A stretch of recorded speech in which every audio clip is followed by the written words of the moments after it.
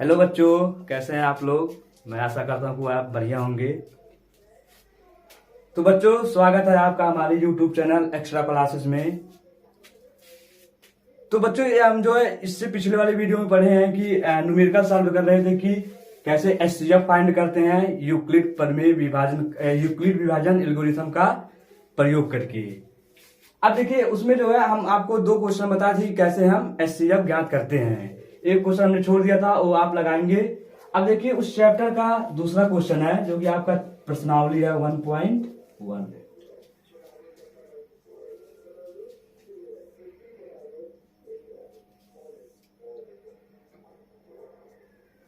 आपका question number दूसरा जो है वो है कि दर्शाइए कि कोई भी धनात्मक विषम पूर्णांक 6q+1 या 6q+3 या 6q+5 के रूप का होता है, जहां q क्या है, एक कोई पूर्णांक है। अब देखिए, आपको जो है इसको यूक्लिड विभाजन का ही प्रयोग करना है। देखिए, मान लेते हैं यहां आप देखिए कि मान लेते हैं, माना a कोई धनात्मक विषम पूर्णांक है। अब देखिए, सबसे पहले हम ए कोई धनात्मक विषम पूर्णांक मान लेंगे। अब देखिए, यूक्लिड में हम आपको क्या बताए थे कि ए और बी दो संख्या ऐसी धनात्मक पूर्णांक होते हैं जिसमें ए बी से क्या रहता था, बड़ा रहता था। हम आपको बताए थे यूक्लिड विभाजन प्रमेय इससे पिछले वाले वीडियो में कि ए जो है जब बी से बड़ा रहेगा तो उसको हम लिखते हैं ए बराबर BQ+R। और हम बताए थे कंडीशन क्या होता है, कंडीशन ये होता है कि जो आपका ये R है वो B से क्या रहेगा, छोटा रहेगा, लेकिन इसकी वैल्यू जो है या तो 0 के बराबर रहेगा या तो 0 से बड़ा होगा। अब देखिए, एक कंडीशन हम बताए थे कि ये इंपॉर्टेंट है आपके लिए। तो यहां देखेंगे ए आपका कोई धनात्मक विषम पूर्णांक हम मान लिए हैं। अब देखिए, यहाँ पे आपका जो हम देखेंगे तो ए जो है कुछ इस तरह से लिखा हुआ है, 6q+1 जो है कुछ BQ+1 के रूप में लिखा हुआ है। मतलब b का मान जो है कितना होगा, 6।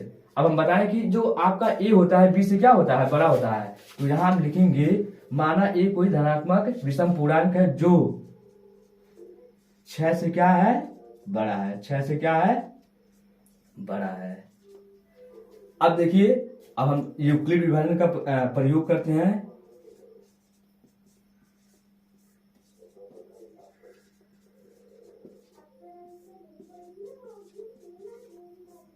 ठीक है, यूक्लिड विभाजन प्रमेय से। अब यहां देखिए, हम लिखेंगे a बराबर 6q+r, 6q+r।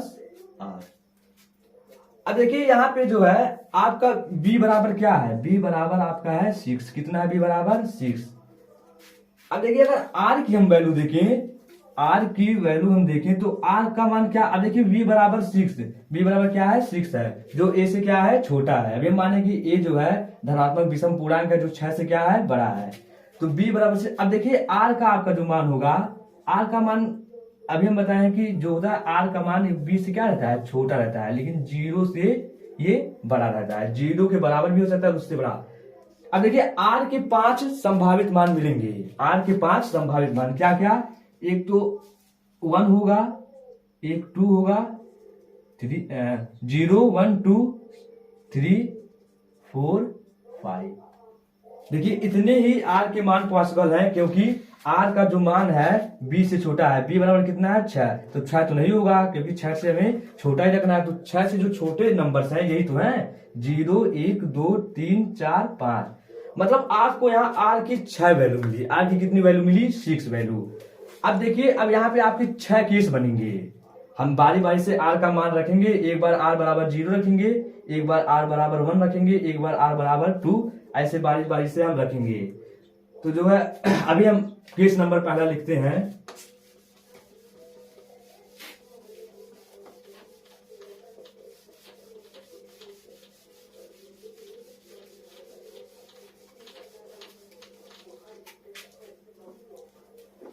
अब देखिए, केस 1 क्या कहता है। केस नंबर फर्स्ट, जब r बराबर हम 0 रखेंगे, r बराबर क्या रखेंगे, 0, तो a बराबर क्या है, 6q+r। अब यहां देखिए, 6 क्यूब प्लस, अब r बराबर कितना रख देंगे 0। अब देखिए इसका वैल्यू क्या आएगा 6 क्यूब, a बराबर कितना आया 6 क्यूब। अब आप देखेंगे कि ये कैसा पूर्णांक है, विषम है या सम है, कैसा है। अगर अभी जो है हम बात करें कि किसी भी संख्या में, किसी भी सम या विषम संख्या में जब हम सम संख्या से गुणा करते हैं तो उसकी वैल्यू हमेशा सम आती है। तो ये क्या हो जाएगा, एक सम पूर्णांक, एक सम पूर्णांक है। देखिए हम आपको समझा भी देते हैं। मान लीजिए 6 है, आप कोई नंबर 6 क्यू है, आप कोई नंबर मान लीजिए क्यू का मान 1 रखिए तो 6 कम 6, मानिए 2 रखिए 6 दूना 12। देखिए सब सम आ रहा है। मान लीजिए हम 3 रख रहे हैं क्यू का मान, 6 त्रिक 18। इस सब की सब वैल्यू कैसे आ रही है, सब सम है ना। ए वैल्यू जो है आपका क्या है, सम वैल्यू है। तो देखिए अब यहाँ जो है ए बराबर 6 क्यू आया, जो कि एक क्या है, सम पूर्णांक है। अब देखिए केस नंबर 2 में क्या कहते हैं, केस 2। अब केस नंबर 2 में आर की वैल्यू क्या रखेंगे 1, आर की क्या वैल्यू रखेंगे 1। अब देखिए ऊपर वाली इक्वेशन में मान लीजिए हम फर्स्ट इक्वेशन कह दिए, तो ए बराबर क्या है 6 क्यूब प्लस आर, तो 6 क्यूब प्लस आर बराबर क्या रख देंगे 1। अब देखिए ए का जो मान आया 6 क्यूब प्लस 1। अब देखिए किसी भी सम संख्या में अगर एक जोड़ दें, अभी हम बताएं कि 6 क्यूब जो था वो क्या है, एक सम पूर्णांक है। क्या कैसा पूर्णांक है, सम पूर्णांक है। अगर हम इसमें एक जोड़ देंगे, किसी भी सम संख्या में जब हम एक जोड़ेंगे तो आपका विषम बन जाता है। क्या बन जाता है, विषम संख्या। अब देखिए इक्वेशन 2 जो होगा क्या होगा आपका, ए आपका विषम पूर्णांक होगा। यह क्या होगा, एक विषम पूर्णांक है। तो इक्वेशन 2 क्या है, एक विषम पूर्णांक है। ठीक है। अब देखिए केस नंबर 3 क्या कहता है,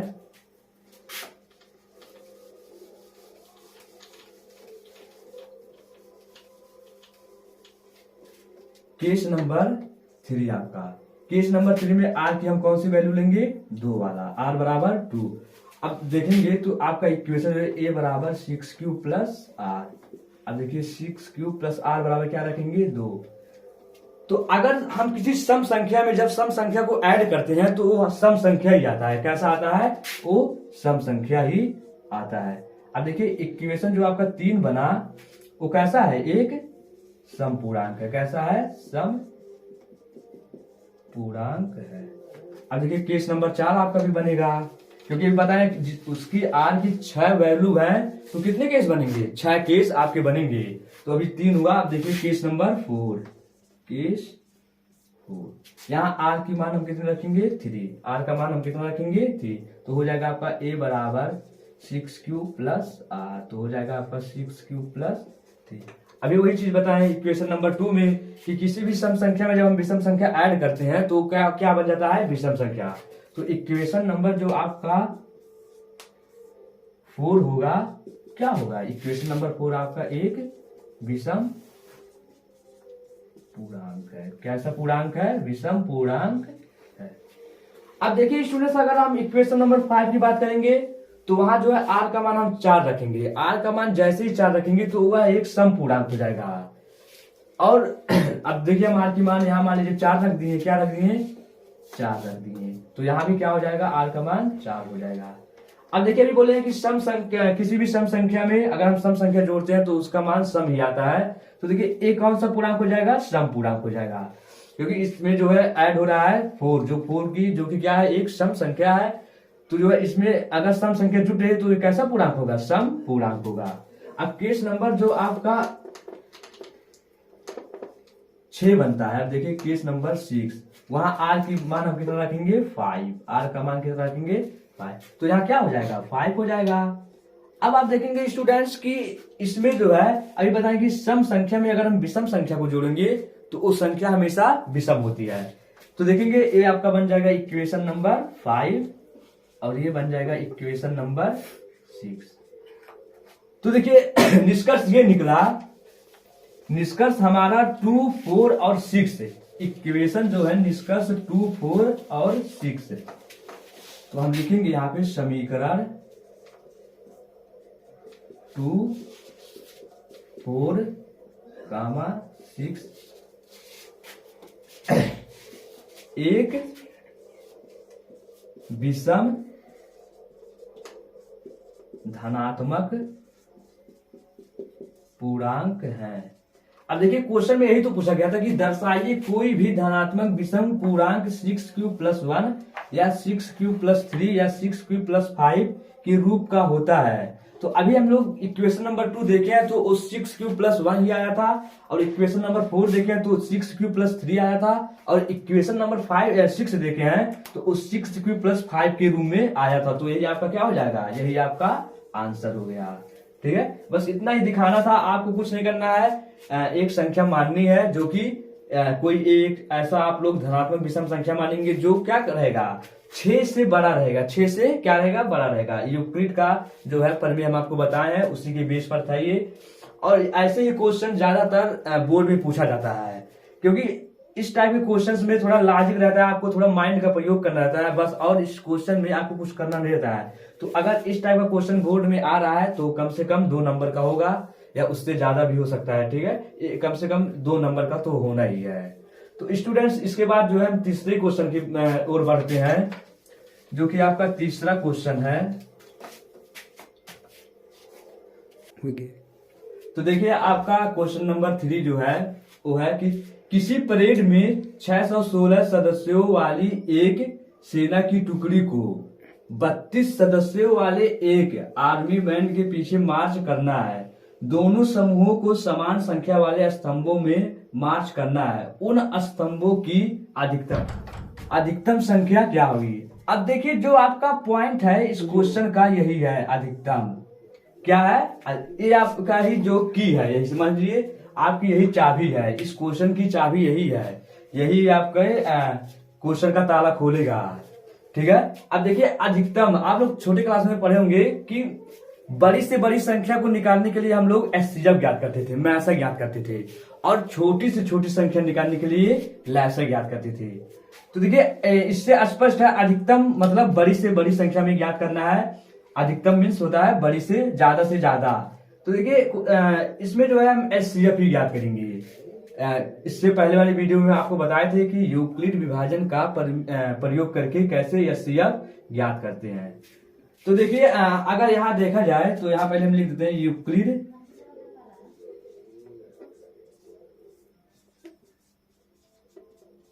विभाजन प्रमेय द्वारा।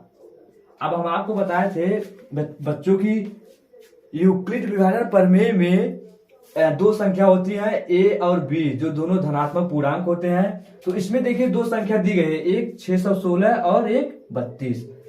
और हम आपको बताते कि a का जो मान होता है हमेशा b से क्या होता है, अधिक होता है। तो बताइए इसमें ज्यादा कौन है, इसमें अगर आप देखेंगे तो 616 जो है 32 से अधिक है, तो a की वैल्यू क्या हो जाएगी, a की वैल्यू आपकी हो जाएगी 616, और b की जो वैल्यू होगी वो क्या होगी 32। अभी हम बताएं कि यूक्लिड विभाजन का प्रमेय हम कैसे लिखते हैं। ये हम लिखते हैं कि a बराबर b q plus r, a बराबर बी क्यू प्लस आर, जहां आपका r का जो मान होता है b से छोटा होता है, 0 के बराबर या 0 से बड़ा होता है। अब देखिए वैसे इसका बहुत आसान होता है, हम बताए थे कि आपको भाग देना आना चाहिए। तो यहाँ देखिए हम जो है भाग दे रहे हैं, किसमें 616 में, किससे 32 से। अब भाग देंगे तो 32 से कम 32, क्योंकि 32 दूना 64 वो अधिक हो जाएगा, इसलिए एक ही बार भाग जाएगा। घटा लीजिए तो 11 में से 2 गया 9, यहाँ मतलब 5 में से 3 गया 2, 6 को उतार ले रहे हैं। अब देखिए भाग जो है आपका अगर 9 बार ले जाए तो 9 दूना 18, 1 9 3 27, ठीक है 9 बार चला जाएगा तो 9 दूना 18 हासिल 1, 9 3 27 से 18। तो देखिए 16 में से 8 गया 8, यहाँ आपका बचा 8, ठीक है। तो आपका शेषफल कितना बच रहा है 1, मतलब जो है अगर हम 616 को यूक्लिड विभाजन में तोड़ रहे हैं तो ये आपका हो जाएगा बी। अब देखिए हम आपको बताए थे कि अंदर वाली वैल्यू ए होती है जिससे हम भाग से बी होती है, जो भागफल आता है वो आपका क्यू होता है, और जो ए आता है शेष उसको हम आर से लिखते हैं। तो ए बराबर कितना है 616, बी बराबर कितना है 32, और आपका क्यू कितना आया है 19, और आपका आर देखिए कितना आया है 8। अब आपको हम ये बताए थे कि हम तब तक इसको करते हैं जब तक शेषफल 0 ना हो जाए। तो यहाँ देखिए पहले स्टेप में शेषफल तो 0 नहीं हुआ, शेषफल का मान कितना आया है 8। अब देखिए हम आपको कहे थे कि जो है पहला स्टेप होने के बाद जो शेषफल बचेगा उसको हम b मान लेते हैं, और जो आपकी अंक रहती है जिससे हम भाग देते हैं, जैसे जो आपकी पहले b थी वो a बन जाता है। तो यहाँ 32 आपका a हो जाएगा और 8 आपका b हो जाएगा। तो देखिए हम फिर से भाग करते हैं, क्वेश्चन को मिटा दे रहे हैं।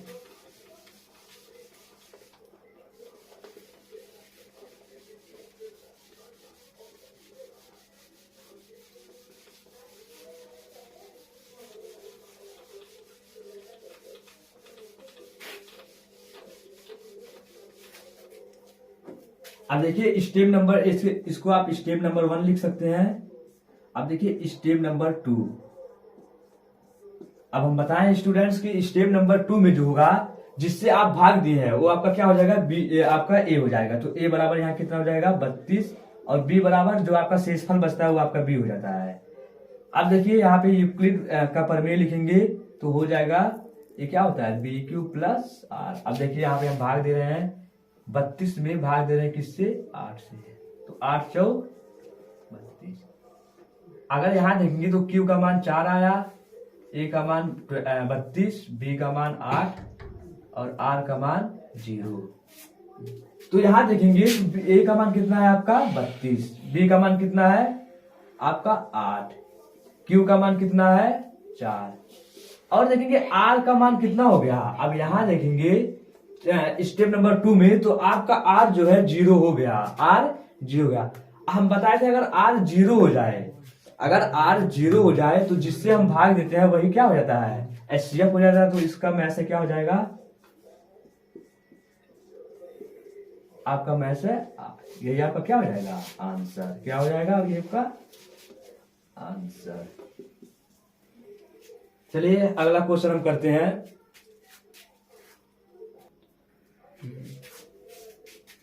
तो देखिए स्टूडेंट्स क्वेश्चन नंबर 4 जो है आपका है, यूक्लिड विभाजन प्रमेयिका का प्रयोग करके दर्शाइए कि धनात्मक पूर्णांक का वर्ग।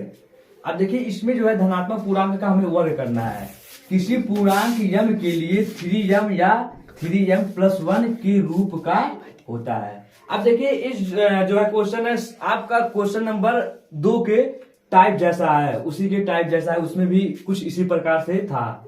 तो यार देखिए सबसे पहले हम मान लेते हैं, माना ए धनात्मक पूर्णांक है, धनात्मक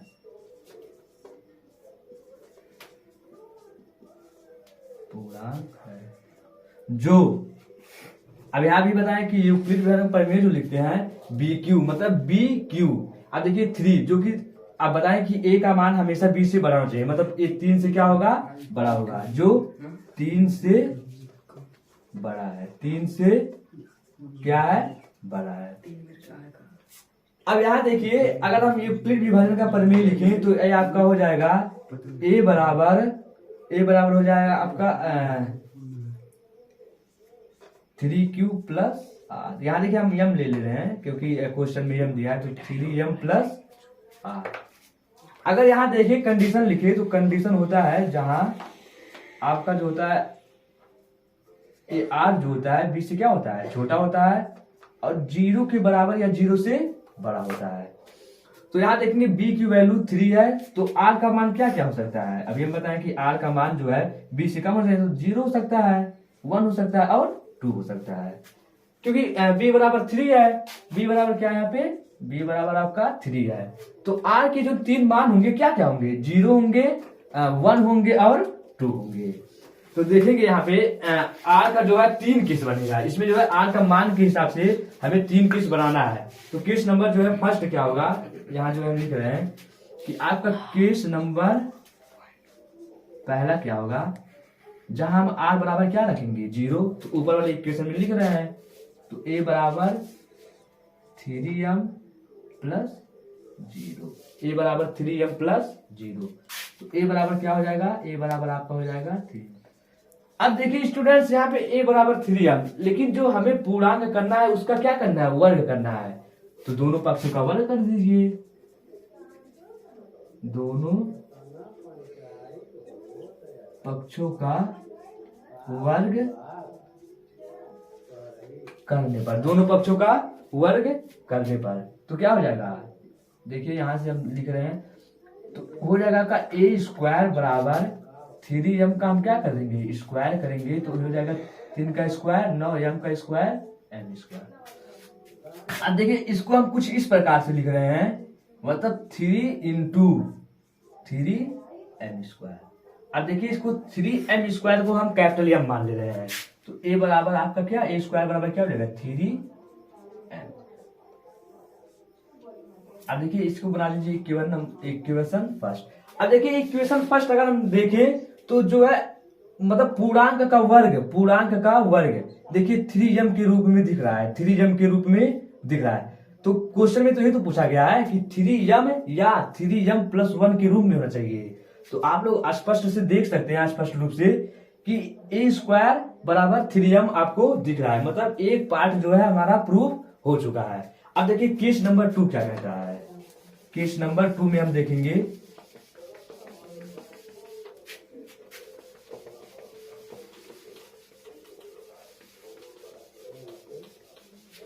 अब केस नंबर 2 क्या आपका बन रहा है देखिए, तो केस नंबर 2 जो है आर का मान हम क्या रखेंगे 1, आर का मान क्या रखेंगे 1। इक्वेशन है आपका a बराबर 3m प्लस आर, तो हो जाएगा 3m प्लस 1। a बराबर क्या हो जाएगा 3m प्लस 1। अब ये पता है कि इसका क्या करना है, वर्ग करना है, क्योंकि पता है पूर्णांक का क्या करना है, वर्ग करना है। तो इसमें भी वर्ग कर दीजिए, तो a हो जाएगा a स्क्वायर, ये देखिए हो जाएगा 3m प्लस 1 का क्या हो जाएगा होल स्क्वायर। अब यहाँ स्टूडेंट्स आप लोग a प्लस बी का होल स्क्वायर तो पढ़े ही होंगे, होता है a स्क्वायर। हम लिख दे रहे हैं यहाँ पे कि a प्लस बी का जो होल स्क्वायर होता है वो क्या होता है a square plus B square plus 2ab, यही होता है। तो देखिए यहाँ पे जो है a स्क्वायर बराबर क्या हो जाएगा, यहाँ पे देखिए 3m का स्क्वायर क्या हो जाएगा 9m स्क्वायर प्लस, देखिए हम 2ab को पहले लिख दे रहे हैं, तो 3 दूना 6m प्लस 1। अब देखिए यहाँ जो है हम 3 क्या कर रहे हैं, कॉमन कर ले रहे हैं, तो क्या बचेगा, यहाँ पे 3 बचेगा और यहाँ पे बचेगा m स्क्वायर और यहाँ पे क्या बचेगा 2m। और देखिए प्लस 1 को जो है हम बाहर लिख दे रहे हैं, प्लस 1 को कहाँ लिख दे रहे हैं, बाहर लिख दे रहे हैं।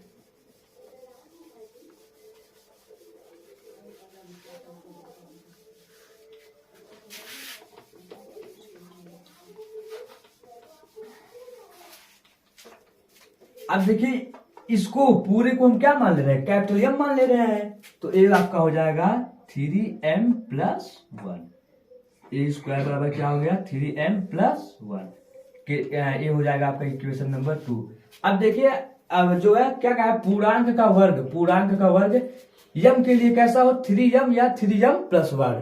तो देखिए पहला जो है इक्वेशन आपको दर्शाता है वो 3m के रूप में लिखा गया है, और ये इक्वेशन आपको बता रहा है कि 3m प्लस 1 के रूप में लिखा गया है। लेकिन अभी देखेंगे एक केस और बन रहा है, क्योंकि r की 3 वैल्यू आई थी ना, आपका आया था 0 आया था 1 आया था और 2, तो 0 1 का तो हम कर चुके हैं। अब देखिए r का मान हम 2 रखते हैं, क्या रखते हैं 2। तो यहाँ देखिए हम r की जो है वैल्यू केस नंबर 3 में रख रहे हैं 2।